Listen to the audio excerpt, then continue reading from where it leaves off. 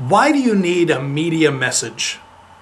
I know the idea of a media message might sound superficial. To some of our media training clients, at least when they come in at the beginning of the day, they kind of have this notion that messaging is superficial, there's something inauthentic about it. By the end of the day, if I did my job right, I've persuaded them that that's not the case.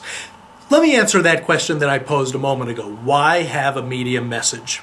And I'll answer that question in part by showing you a piece of research that was done in the late 19th century by a German psychologist named Hermann Ebbinghaus. Ebbinghaus gave people nonsense words. He gave people words that didn't exist in the German language. And then he tested over time how much do they remember of those words that they heard for the first time over a period of time. And this is what Ebbinghaus is remembered for. That chart that I just showed you is called the curve of forgetting. And what Ebbinghaus found was within 24 hours, people forgot 50% of the words that they had been exposed to. Within 3 weeks, they forgot 75% of the words. And within 9 weeks, they forgot 95% of the words that they had heard. Well, when you're doing a media interview, that same dynamic exists. The numbers might be slightly different, but the same basic premise is true, that the more time passes, the less of the information that you conveyed during the interview they will remember. This is why the only way to bring this red line here up is some combination of repetition and consistency.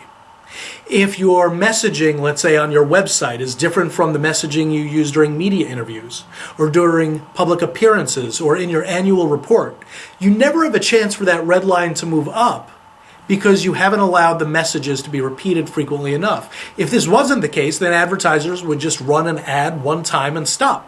But they know that a message has to be repeated numerous times to move an audience from unawareness of that message to the action that you ultimately want them to take. Now, part 2 of this video, though, is about, okay, so you have a message, but if you're doing a half-hour media interview, you can't simply repeat the same words or the same message over and over and over again. Sometimes you see politicians do that, for example, and as a viewer, it's infuriating to see somebody spinning like that. You want somebody who's more authentic. So how do you get a message out without regurgitating the same words over and over and over again? The answer to that question is to think of your messages not as verbatim statements that you have to keep repeating the same way over and over again, but rather as overarching themes. And those themes can be articulated in many different ways and can be supported by a combination of stories and statistics. So for example, if you are a spokesperson for an anti-smoking campaign, you might start with a message about the dangers of smoking.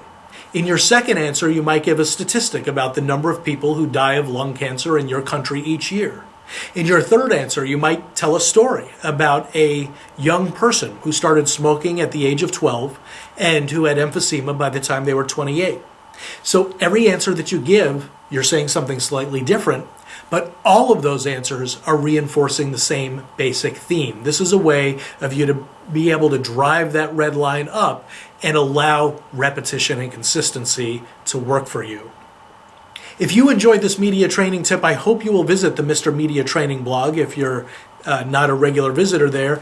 And you'll also find more tips like the one I just gave in my book, The Media Training Bible, 101 Things You Absolutely, Positively Need to Know Before Your Next Interview.